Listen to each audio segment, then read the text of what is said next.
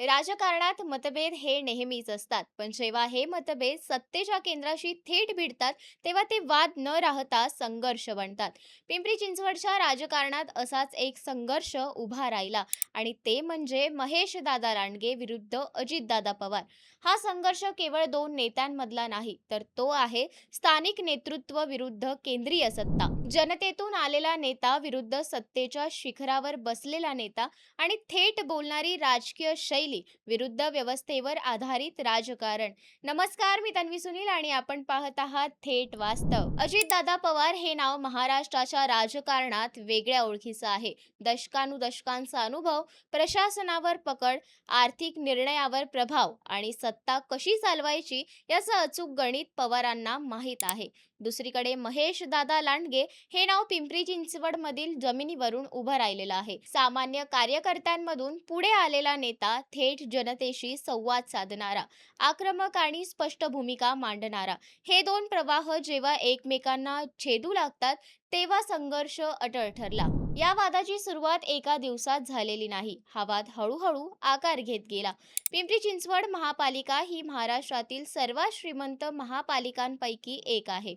हजारो कोटींचं बजेट, मोठे पायाभूत प्रकल्प, स्मार्ट सिटी, मेट्रो, रस्ते, पाणी पुरवठा, ड्रेनेज, शिक्षण आणि आरोग्य व्यवस्था या सगळ्यांवर नियंत्रण म्हणजे केवळ विकास नव्हे, तर राजकीय ताकद. दीर्घकाळ या महापालिकेवर अजित पवार गटाचं वर्चस्व राहिलं. निर्णय, निधी, नियुक्त्या आणि राजकीय दिशा या सगळ्यांमध्येच अजित पवारांची छाप स्पष्ट दिसत होती. मात्र काळ जसा पुढे गेला, तसतसं स्थानिक पातळीवर महेश लांडगे यांचं वजन वाढू लागलं. त्यांनी थेट लोकांच्या प्रश्नावर आवाज उठवायला सुरुवात केली. रस्त्याची अवस्था, पाण्याची टंचाई, स्थानिक नागरी सुविधा, झोपडपट्ट्यांचे प्रश्न हे मुद्दे त्यांनी सातत्याने मांडले. याच ठिकाणी संघर्षाचं मूळ तयार झालं, कारण महेश लांडगे यांची भूमिका होती की पिंपरी चिंचवडचे निर्णय इथल्या लोकांनी आणि इथल्या नेतृत्वाने घ्यावेत, तर दुसरीकडे सत्ता केंद्रित पद्धतीने चालवली पाहिजे.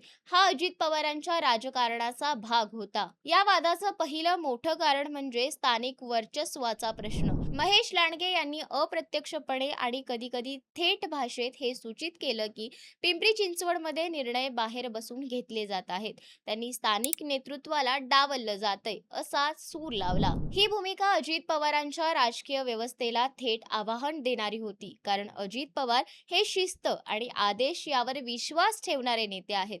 त्यांच्यासाठी पक्ष आणि सत्ता ही एकच असते. त्यामुळे स्वतंत्र भूमिका घेणारा नेता हा धोक्याची घंटा ठरतो. दुसरं महत्त्वाचं कारण म्हणजे महापालिकेतील निधी आणि विकास कामांचा ताबा.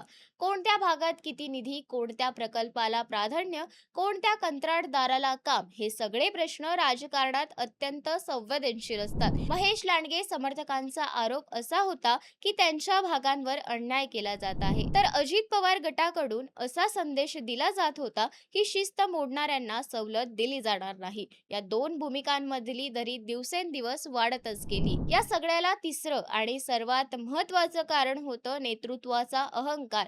राजकारणात अनुभव आणि लोकप्रियता यांची टक्कर जेव्हा होते, तेव्हा अहंकार दुखावला जातो. अजित पवारांसारखा अनुभवी नेता, ज्यांनी अनेक राजकीय वाद पाहिले आहेत, त्यांना थेट आव्हान देणं ही साधी गोष्ट नव्हती. तर दुसरीकडे महेश लांडगे यांची प्रतिमा "मी कोणाच्याही दबावाखाली नाही" अशी बनत गेली. ही प्रतिमा जनतेत लोकप्रिय ठरली, पण सत्ता केंद्रासाठी ती धोकादायक होती. या वादाला अधिक पेटवणारी गोष्ट म्हणजे थेट आणि अप्रत्यक्ष वक्तव्य.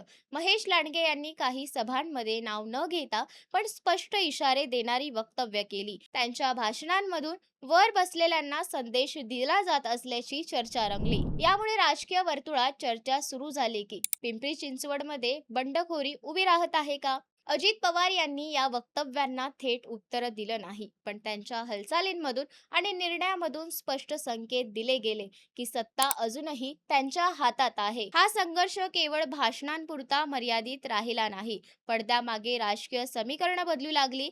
काही नेते इकडून तिकडे झुकू लागले, काहींनी तटस्थ भूमिका घेतली. पिंपरी चिंचवड राजकारण दोन गटांमध्ये विभागल्याचं चित्र दिसू लागलं. एक गट अजित पवारांच्या नेतृत्वावर विश्वास ठेवणारा, तर दुसरा गट महेश लांडगे यांच्या थेट आणि आक्रमक शैलीला पसंती देणारा. सध्याच्या परिस्थितीकडे पाहिलं तर हा वाद उघडपणे जितका दिसतो तितका तो आतून अधिक गुंतागुंतीचा आहे. अजित पवार अजूनही राज्याच्या राजकारणात ताकदवान आहेत. प्रशासन, निधी आणि सत्ता यावर त्यांची पकड आहे. दुसरीकडे महेश लांडगे हे पिंपरी चिंचवडमध्ये जनाधार असलेले नाव बनलं आहे. ते थांबलेले नाहीत, मागे हटलेले नाहीत. त्यांनी आपली स्वतंत्र ओळख कायम ठेवली आहे. आज परिस्थिती अशी आहे की हा संघर्ष थेट टक्कर देण्याऐवजी प्रतीक्षेच्या खेळात अडकलेला आहे. योग्य वेळ, योग्य संधी, योग्य राजकीय वातावरणाची वाट पाहिली जात आहे. दोन्ही बाजू आपापली ताकद मोजत आहेत. एकीकडे सत्ता आणि अनुभव आहे, तर दुसरीकडे जनतेचा आवाज आणि स्थानिक ताकद आहे. या संपूर्ण वादाचा परिणाम पिंपरी चिंचवडच्या राजकारणावर खोलवर झालेला आहे. इथल्या नागरिकांसाठी हा संघर्ष केवळ दोन नेत्यांमधला नाही, तर तो विकासाच्या दिशेचा प्रश्न आहे. निर्णय कोण घेणार, कुणाच्या शब्दाला वजन असणार आणि स्थानिक नेतृत्वाला किती स्वातंत्र्य मिळणार, हे सगळे प्रश्न या संघर्षातून पुढे आले आहेत. शेवटी प्रश्न इतकाच आहे की हा संघर्ष कुठे जाऊन थांबणार? हा वाद मिटणार की आणखी तीव्र होणार? महेश लांडगे अजित पवारांच्या सत्तेला थेट आव्हान देतील का, की अजित पवार आपल्या अनुभवाने हा विरोध संपवतील? तर आजही नाही. पण एक गोष्ट नक्की आहे, पिंपरी चिंचवडच्या राजकारणात हा संघर्ष इतिहासात नोंदवला जाणार आहे.